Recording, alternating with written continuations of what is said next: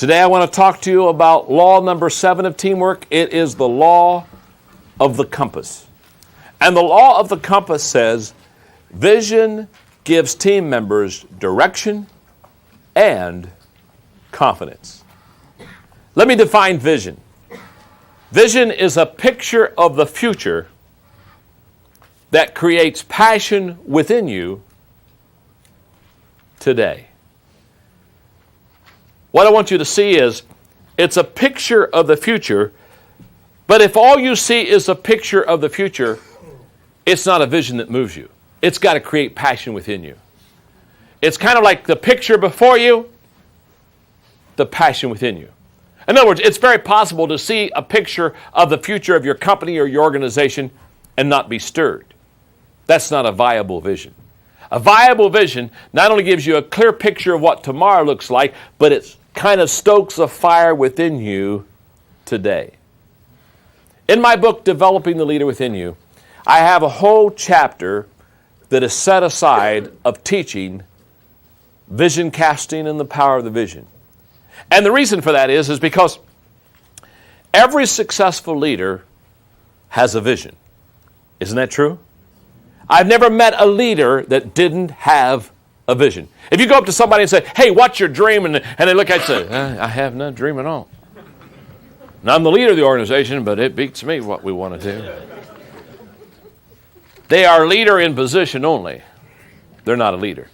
Because if you're a leader, you've got the vision, you've got the dream, and you've got the passion within you. So what I want to do, because vision casting is so essential, your ability as a leader to cast vision to the team, and your ability as a team member to catch the vision of the team is going to determine the success of your team.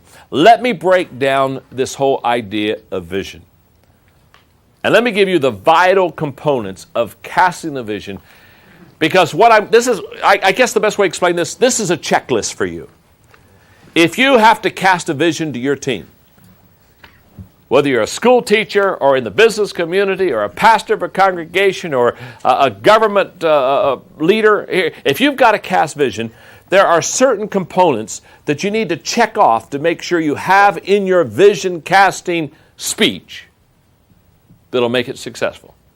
Let me give them to you. Number 1, clarity.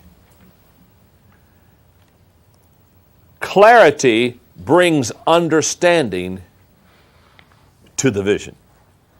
In other words, when you cast the vision, when you draw the dream, it's got to be clear. I used to live in San Diego, and for several years, I had a wonderful seats right behind the first base dugout of the Padres games, and so I went to some Padres games, and I know they're not very good, but in fact, when I was out there, they were pretty terrible. In fact, I used to say they're the finest minor league team in the majors. But anyway, between about the 3rd or 4th inning, on the big diamond vision, they always did something that was very interesting. You know, between innings, they try to entertain you a little bit. And between, 3rd, 4th inning, sometime in there, about the middle of the game, what they would do is out on the diamond vision, they were going to put the picture of a baseball player on the screen.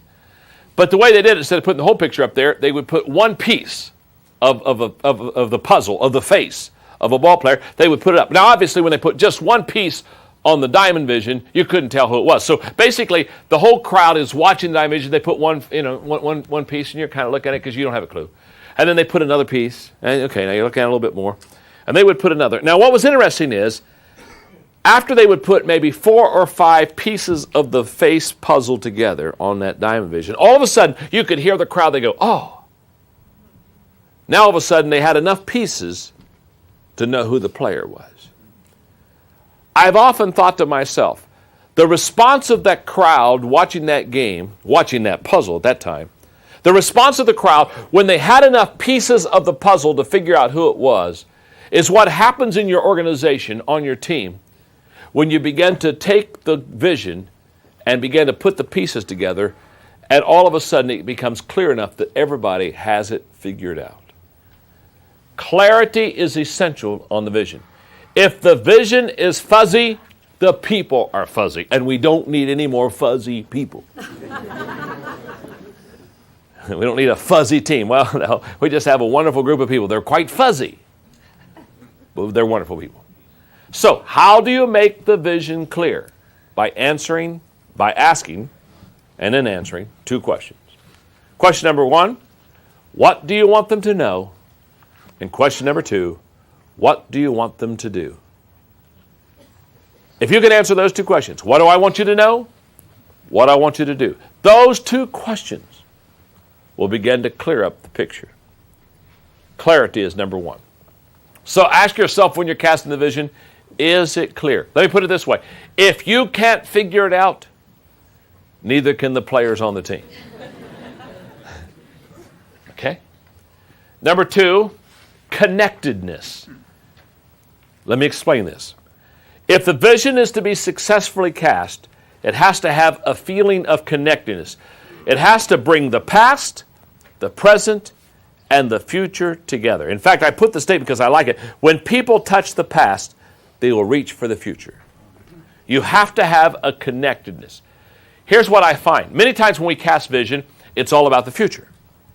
And it's not about the foundation that has been laid yesterday. So what happens is, when we talk about the future, but we don't talk about the foundation that has been laid, whether it's the price that was paid years ago or the sacrifice, whatever, when we just talk about the future, we eliminate part of the picture. Just as if all you do is talk about the past, there is no future. So what you do is you develop a connectedness. It's not either or, it's both and. And here's what happens. When you talk about the past, you bring value to the people that have already paid the price. When you talk about, so the older people receive value out of it, and the newer people receive security from it. They say, oh my goodness, wow, somebody has been thinking about this way before I ever got here. Somebody's already paid the price. There's a security that comes when you're able to connect the past with the future. Connectedness. It's very key to vision casting. Component number 3 in casting a vision. Purpose. Purpose brings sense to the vision. Purpose makes the vision make sense. The vision describes where you're going. Purpose describes why you're going. And people won't constantly go to a destination unless they know the reason why. Isn't that true? Why are you spending that money? Why are you taking that time? Why are you expending all that energy? If you don't have a why, if you don't have a purpose in the vision, you won't stay on target for the vision. You'll give it up very quickly. You'll lay it aside. Why? Because the purpose is what keeps you on the path to the vision itself. Number 4, goals. When you cast vision correctly, there are goals, because goals bring measurement to the vision. Goals keep the vision realistic. There's a measurement. How well are we doing? Are we there yet? How far are we? How soon will we get there? Now, too many of us, we're like my friend Charlie Brown.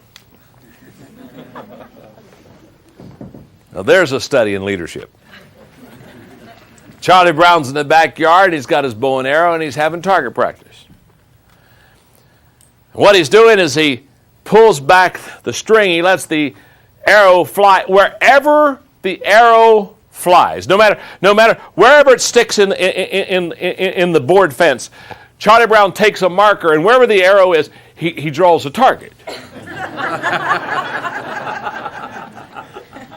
And he lets it fly, and he's over here, and he's drawing another target. Well, Lucy comes out. You know Lucy, the mother of all board members.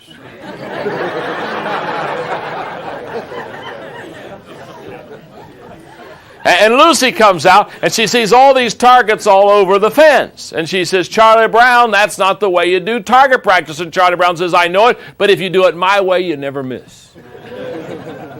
Now, I know all kind of people. That's exactly how they do vision casting. They just put a vision up there, and they just slap any goal they want to. and they hope. Are you all right? And let me tell you something. Hope is not a strategy. I remember people, we hope to. Yeah, well, we're hoping to get there. We're hoping that this is going. We're hoping it'll all turn out. Hope's not a strategy. And so in your vision, have measurable goals so you can always see where your progress is. Number 5, honesty. Honesty brings integrity to the vision. And let me say what else it does. It brings credibility to the vision caster. Make sure that your dreams and your vision is honest. In other words, if I get up in front of you, if I'm leading you as a team, and I get up in front of you, and every 6 months I put a dream out here or a vision out here that we don't accomplish. But every 6 months I put up another dream. I say, well, for the next 6 months we're going to do this, or the next 6 months we're going to go there. But we never get there. We never do that. After I do that a half a dozen times with you, when I get up to cast vision, you're basically saying, here comes hot air again. Mm-hmm. Because there's no integrity in the vision. And when there's not integrity in the vision caster loses credibility. You got to be honest. You got to let them know where you are. Number 6, stories. You've got to have stories in your vision. Because that brings relationships to the vision. That makes the vision warm when you tell stories. Telling stories about how somebody in your company has helped that goal become a reality. Those kind of things draw people to you. Too many times we try to cast vision without stories. Put stories, the stories warm up the vision. The stories personalize the vision. The stories make the vision identifiable by the average person. Number 7, challenge. The challenge brings stretching to the vision. In other words, in your dream, in your vision, have stretching room. Give them room to fly. Don't be afraid to challenge people. Sometimes I'll run into leaders and they'll say, well, I don't know if I want to challenge the team. I'm not sure the team's ready for this. Let me tell you something. Put the challenge high. Stick it up there. Here's what I find. Winners stretch to the challenge. Whiners shrink from the challenge. And the greatest way to get rid of your whiners, your weak link, is to put a challenge up there. They'll run fast. Their first question is not, how do I climb Mount Everest? Their first question is, where's the exit? See, when you put the challenge high, to winners, they say, sick 'em. And to whiners, it makes them sick. And there's a world of difference between those two. Number 8, passion. Passion brings fuel to the vision.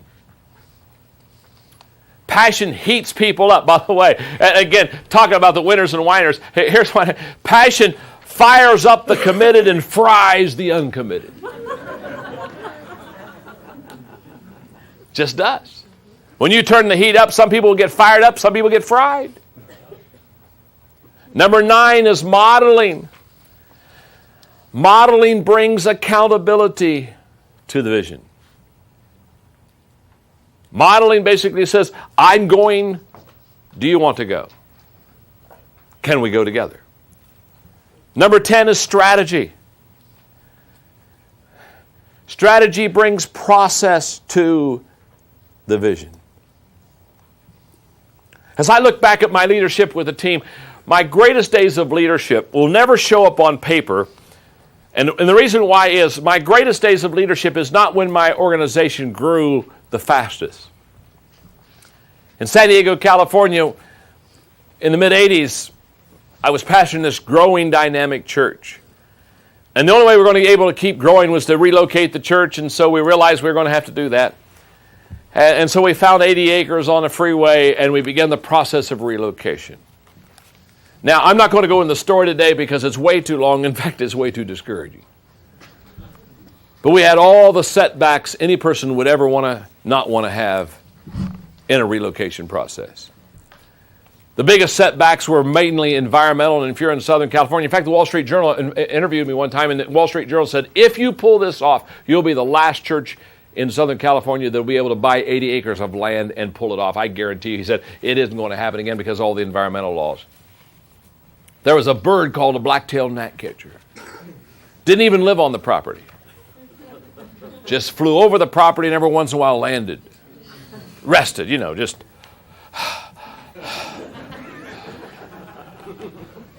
Because the black-tailed gnatcatcher landed on the property, the environmentalists said we couldn't build our buildings on the property.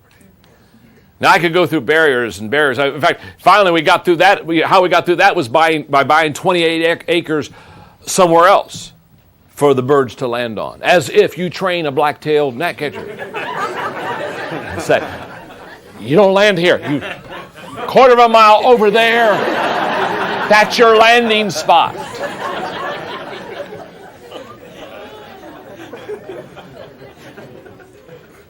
$8 years later, millions of dollars later, we got the zoning.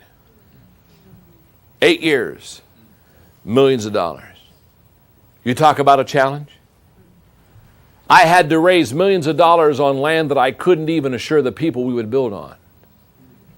I had to keep hope alive on land that we were not even sure would be ours. And for 8 years, I kept hope alive. What was it Napoleon said? Leaders are dealers in hope. And I became a dealer in hope. And what's beautiful is in May of 2000, I flew back to San Diego to dedicate the first building on that mountain. 5,000 people. Absolutely excited about what had happened. But as I got back on the plane to fly back to Atlanta, Georgia, I began to think about the price that was paid and the vision that was cast. And all I'm saying to you is leaders constantly, they're keeping the picture in front of the people because they know this. If the people lose the picture, the passion leaks out of their life. So I put in your notes. It's out of my Developing the Leader Within You book. Some closing thoughts on vision. Here's what experience has taught me. The credibility of a vision is determined by the leader. The acceptance of a vision is determined by the timing of its presentation. The value of a vision is determined by the energy and direction that it gives. The evaluation of a vision is determined by the commitment level of the people. And the success of the vision is determined by its ownership by both the leader and the people. One last teamwork thought. Great leaders take the vision from me to we. That's your goal. The vision has to go from me, the leader, to we, the team. And until that happens, the vision will never be successful. But law number 7 is a great law. It's the law of a compass. Vision gives team members direction, and it gives them confidence.